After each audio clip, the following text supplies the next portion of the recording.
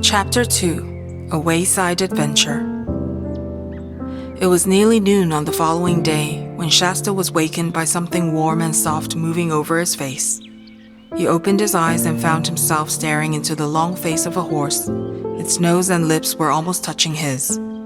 He remembered the exciting events of the previous night and sat up. But as he did so, he groaned. "Ow, Bree," he gasped. "I'm so sore. All over. I can hardly move." "Good morning, small one," said Bree. "I was afraid you might feel a bit stiff. It can't be the falls. You didn't have more than a dozen or so, and it was all lovely, soft, springy turf that must have been almost a pleasure to fall on. And the only one that might have been nasty was broken by that gorse bush. No, it's the riding itself that comes hard at first. What about breakfast? I've had mine." "Oh, bother breakfast, bother everything," said Shasta. "I tell you, I can't move." But the horse nuzzled at him with its nose and pawed him gently with a hoof till he had to get up. And then he looked about him and saw where they were. Behind them lay a little corpse. Before them, the turf, dotted with white flowers, sloped down to the brow of a cliff. Far below them, so that the sound of the breaking waves was very faint, lay the sea. Shasta had never seen it from such a height and never seen so much of it before, nor dreamed how many colors it had. On either hand, the coast stretched away, headland after headland, and at the points you could see the white foam running up the rocks but making no noise because it was so far off. There were gulls flying overhead, and the heat shivered on the ground. It was a blazing day. But what Shasta chiefly noticed was the air. He couldn't think what was missing, until at last he realized that there was no smell of fish in it. For of course, neither in the cottage nor among the nets had he ever been away from that smell in his life. And this new air was so delicious, and all his old life seemed so far away, that he forgot for a moment about his bruises and his aching muscles and said, "I say, Bree, didn't you say something about breakfast?" "Yes, I did," answered Bree. "I think you'll find something in the saddlebags. They're over there on that tree where you hung them up last night, or early this morning, rather." They investigated the saddlebags, and the results were cheering. A meat pasty, only slightly stale, a lump of dried figs, and another lump of green cheese, a little flask of wine, and some money, about 40 crescents in all, which was more than Shasta had ever seen. While Shasta sat down, painfully and cautiously, with his back against a tree and started on the pasty, Bree had a few more mouthfuls of grass to keep him company. "Wouldn't it be stealing to use the money?" asked Shasta. "Oh," said the horse, looking up with his mouth full of grass. "I never thought of that. A free horse and a talking horse mustn't steal, of course, but I think it's all right. We're prisoners and captives in enemy country. That money is booty, Spoil. Besides, how are we to get any food for you without it? I suppose, like all humans, you won't eat natural food like grass and oats." "I can't." "Ever tried?" "Yes, I have. I can't get it down at all. You couldn't either if you were me." "You're rum little creatures, you humans," remarked Bree. When Shasta had finished his breakfast, which was by far the nicest he had ever eaten, Bree said, "I think I'll have a nice roll before we put on that saddle again." And he proceeded to do so. "That's good. That's very good," he said, rubbing his back on the turf and waving all 4 legs in the air. "You ought to have one too, Shasta," he snorted. "It's most refreshing." But Shasta burst out laughing and said, "You do look funny when you're on your back." "I look nothing of the sort," said Bree. But then suddenly he rolled round on his side, raised his head, and looked hard at Shasta, blowing a little. "Does it really look funny?" he asked in an anxious voice. "Yes, it does," replied Shasta. "But what does it matter?" "You don't think, do you," said Bree, "that it might be a thing talking horses never do? A silly, clownish trick I've learned from the dumb ones? It will be dreadful to find, when I get back to Narnia, that I've picked up a lot of low, bad habits. What do you think, Shasta? Honestly now, don't spare my feelings. Do you think the real free horses, the talking kind, roll?" "How should I know? Anyway, I don't think I should bother about it if I were you. We've got to get there first. Do you know the way?" "I know my way to Tashbaan. After that comes the desert. Oh, we'll manage the desert somehow, never fear. Why, we'll be in sight of the northern mountains then. Think of it, to Narnia and the north. Nothing will stop us then. but I'd be glad to pass Tashban. You and I are safer away from cities." "Can't we avoid it?" "Not without going a long way inland, but that would take us into cultivated land and main roads, and I wouldn't know the way. No, we'll just have to creep along the coast. Up here on the downs, we'll meet nothing but sheep and rabbits and gulls and a few shepherds. And by the way, what about starting?" Shasta's legs ached terribly as he saddled Bree and climbed into the saddle, but the horse was kindly to him and went at a soft pace all afternoon. When evening twilight came, they dropped by steep tracks into a valley and found a village. Before they got into it, Shasta dismounted and entered it on foot to buy a loaf and some onions and radishes. The horse trotted round by the fields in the dusk and met Shasta at the far side. This became their regular plan every second night. These were great days for Shasta, and every day better than the last as his muscles hardened and he fell less often. Even at the end of his training, Bree still said he sat like a bag of flour in the saddle. "And even if it was safe, young one, I'd be ashamed to be seen with you on the main road." But in spite of his rude words, Bree was a patient teacher.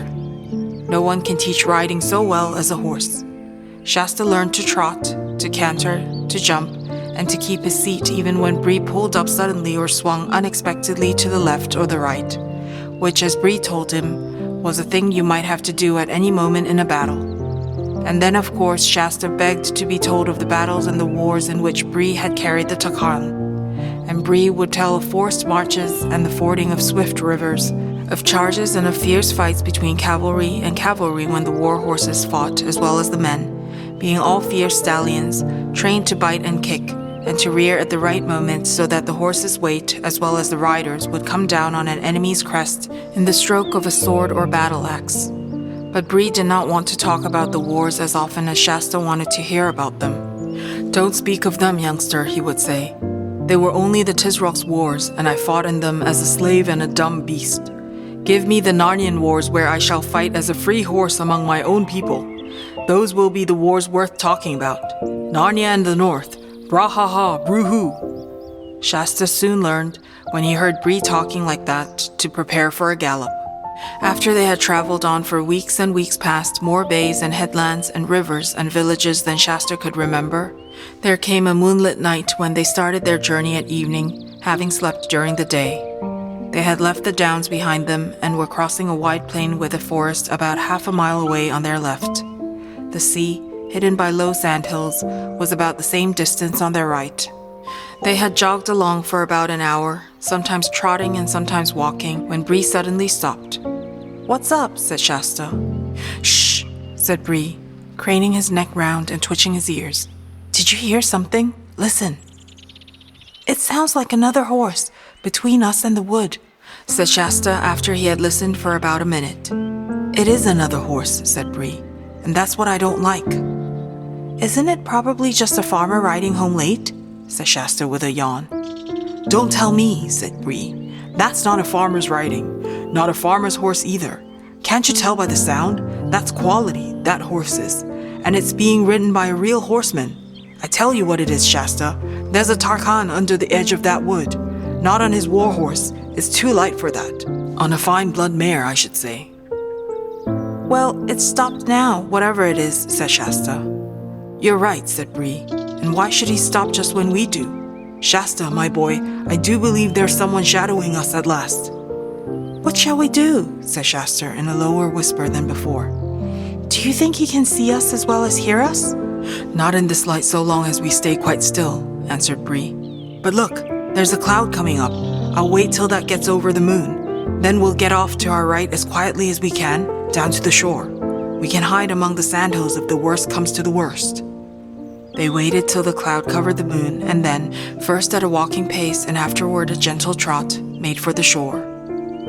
The cloud was bigger and thicker than it had looked at first, and soon the night grew very dark.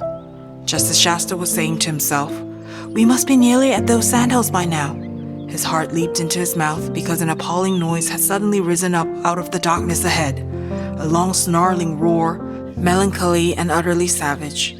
Instantly, Bree swerved round and began galloping inland again as fast as he could gallop. "What is it?" gasped Shasta. "Lions," said Bree, without checking his pace or turning his head. After that, there was nothing but sheer galloping for some time. At last, they splashed across the wide, shallow stream, and Bree came to a stop on the far side. Shasta noticed that he was trembling and sweating all over.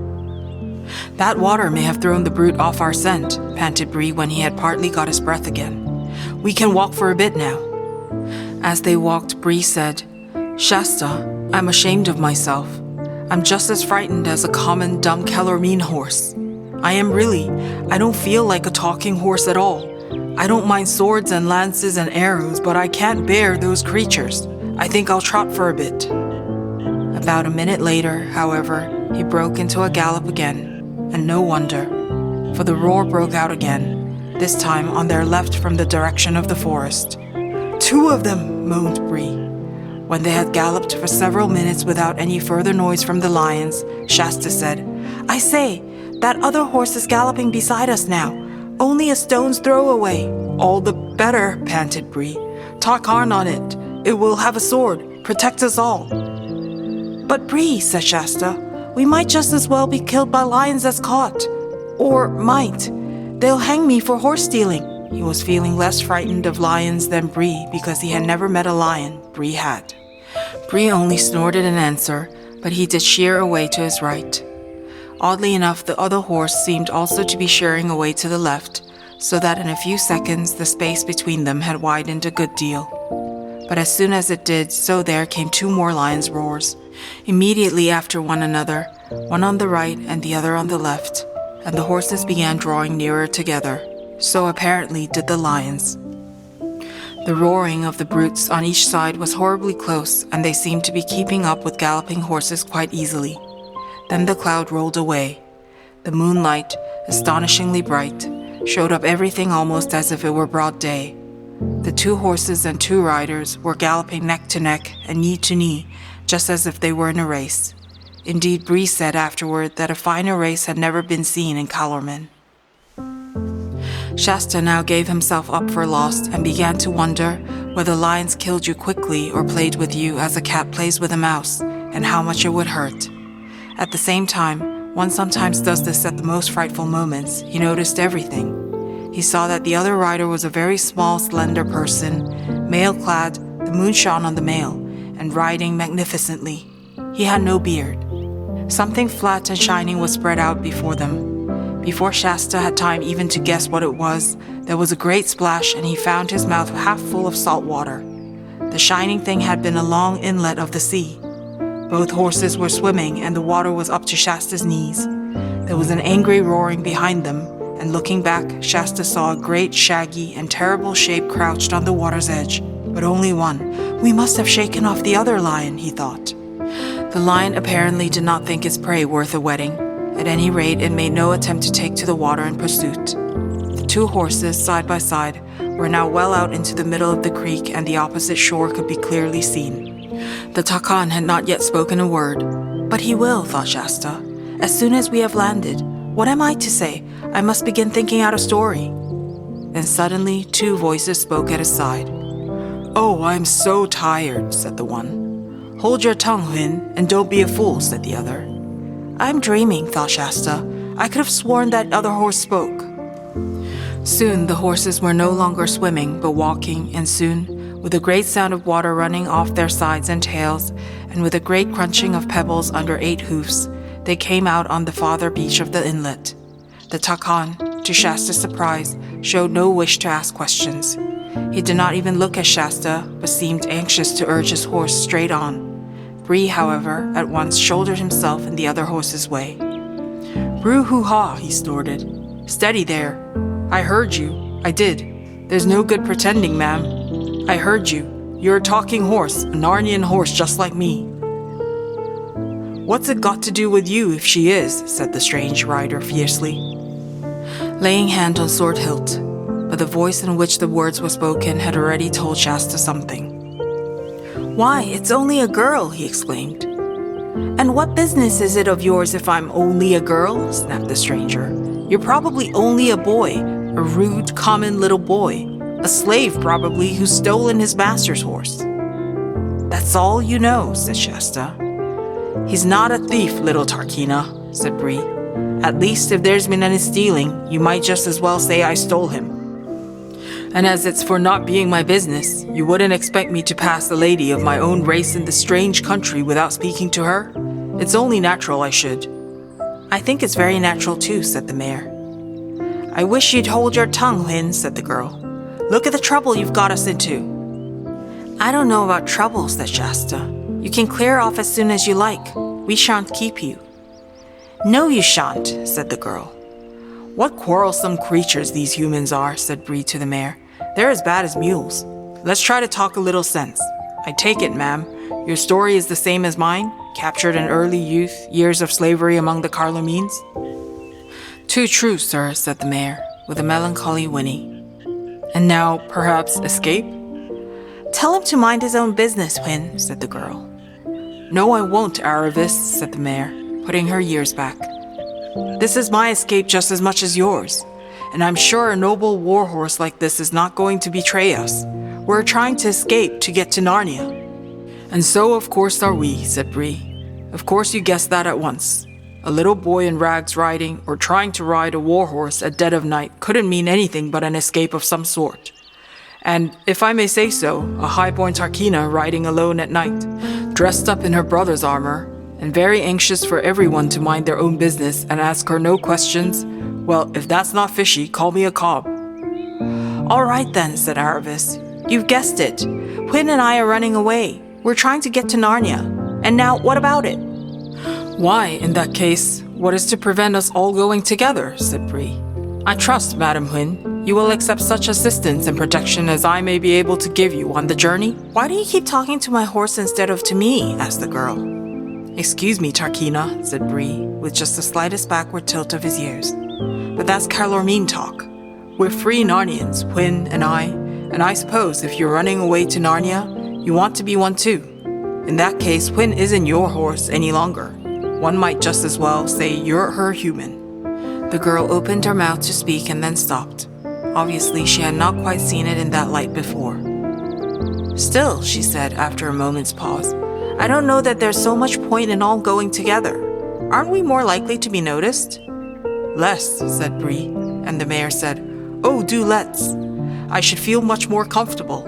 We're not even certain of the way. I'm sure a great charger like this knows far more than we do." "Oh, come on, Bree," said Shasta, "and let them go their own way. Can't you see they don't want us?" "We do," said Huynh. "Look here," said the girl. "I don't mind going with you, Mr. Warhorse, but what about this boy? How do I know he's not a spy?" "Why didn't you say at once that you think I'm not good enough for you?" said Shasta. "Be quiet, Shasta," said Bree. "The Tarkina's question is quite reasonable. I'll vouch for the boy, Tarkina. He's been true to me and a good friend, and he's certainly either a Narnian or an Archenlander." "All right then, let's go together." But she didn't say anything to Shasta, and it was obvious that she wanted Bree, not him. "Splendid," said Bree. "And now that we've got the water between us and those dreadful animals, what about you two humans taking off our saddles and our all having a rest and hearing one another's stories?" Both the children unsaddled their horses, and the horses had a little grass, and Aravis produced rather nice things to eat from her saddlebag. But Shasta sulked and said, no thanks, that he wasn't hungry.